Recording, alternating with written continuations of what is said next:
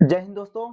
आप सभी का अपने चैनल मैथ इंटर में स्वागत है। तो दोस्तों आज हम लोग क्लास 10th मैथ एनसीईआरटी के प्रश्नावली 1.1 के पांचवें सवाल को हल करेंगे। तो चलिए देखिए दोस्तों पांचवा सवाल क्या है। तो जैसे कि पांचवा सवाल मैंने इस बोर्ड पे लिखा है, देखिए क्या है। जांच कीजिए कि क्या किसी प्राकृतिक संख्या n के लिए संख्या 6 की पावर n अंक शून्य पर समाप्त हो सकती है। मैंने दोस्तों इसको हल किया है। देखिए कोई भी संख्या मैंने यहाँ पर ऐसे लिखा है, आप इस तरीके से लिख सकते हैं।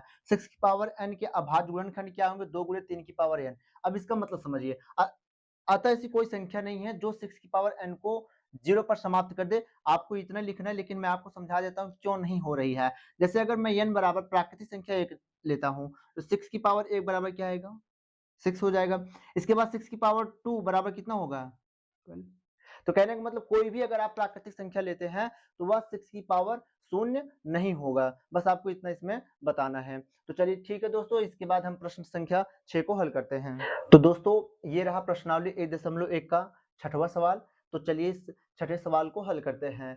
जैसे देखिए सवाल, व्याख्या कीजिए कि 7 गुणे 11 गुणे 13 प्लस 13 और 7 गुणे 6 गुणे 5 गुणे 4 गुणे 3 गुणे 2 गुणे 1 प्लस 5 भाज्य संख्याएं क्यों हैं? इसको बताना है। तो चलिए इसको पहले हल करते हैं। देखिए 7 गुणे 11 गुणे 13 प्लस 13।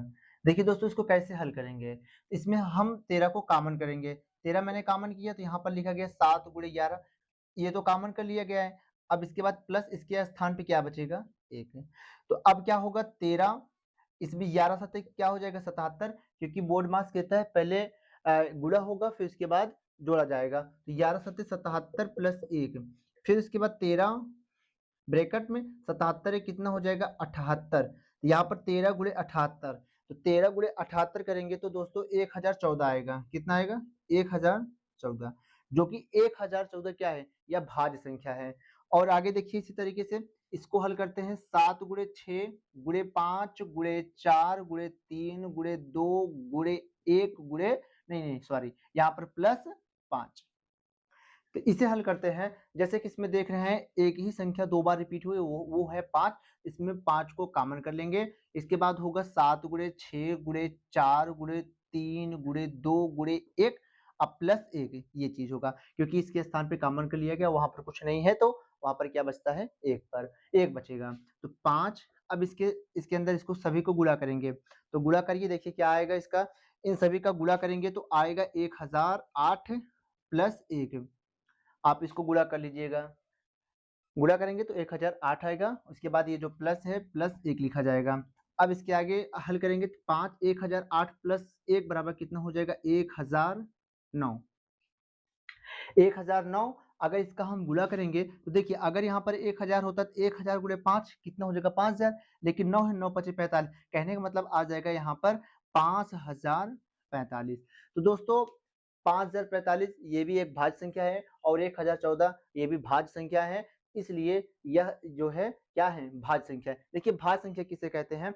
ऐसी संख्या जिसके 2 से अधिक गुणनखंड हो उसे भाज्य संख्या कहते हैं। या एक परिभाषा इसकी ये भी होती है, ऐसी संख्या जो 1 से कटे और 1 से कटे, जो स्वयं से कटे या किसी अन्य संख्या से कट जाए, वह भाज्य संख्या है। जैसे ये तो 1 से कटेगी, कोई भी संख्या वो तो 1 से कटती है और ये स्वयं से भी कट जाएगी, ये भी है। इसके अलावा जो है ये 2 से कट जाएगा और ये वाली संख्या जो है ये भी 5 से कटेगा। कहने का मतलब इसके 2 से अधिक गुणनखंड हो गए, इसलिए ये दोनों संख्याएं क्या है? भाज्य है। बस आपको दोस्तों इतना ही करके छोड़ देना है, आंसर लिखना है। तो चलिए दोस्तों हम इस 7वें सवाल को हल करते हैं। देखिए दोस्तों प्रश्नावली 1.1 के 7वां सवाल थोड़ा बड़ा है, लिखने में टाइम लगेगा, इसलिए मैं सवाल को पढ़ देता हूँ, आप सवाल को देख लीजिएगा। तो देख सकते हैं ये है सवाल, पहले मैं आपको किताब में दिखा देता हूँ। देखिए ये है, किसी खेल के मैदान के चारों ओर एक वृत्ताकार पथ है।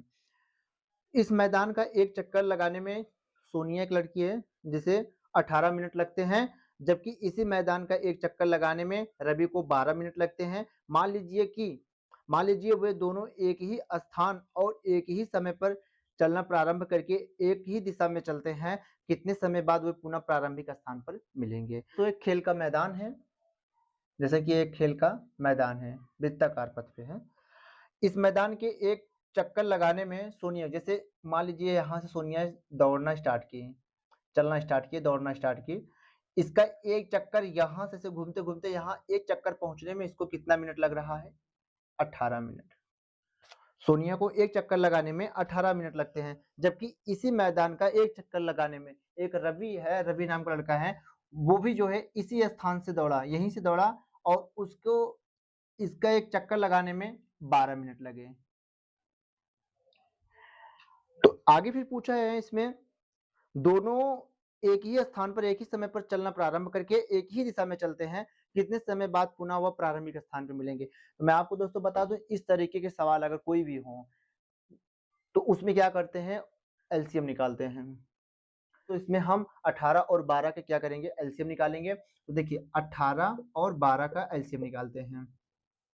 एलसीएम से निकाल लीजिए, 18 कामा 12, इसका गुणनखंड करिए तो 2 गुणे 3 गुणे 3, 2 तिहाई 6, 6 त्रिक 18, इसको भी 2 गुणे 3, 2 दूना 4 तिया 12, ये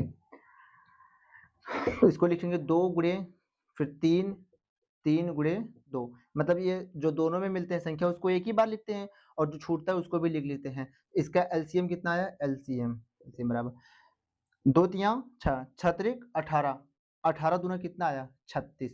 तो कहने का मतलब ये लोग 36 मिनट बाद ये दोनों एक साथ इस वाले बिंदु पर मिल जाएंगे।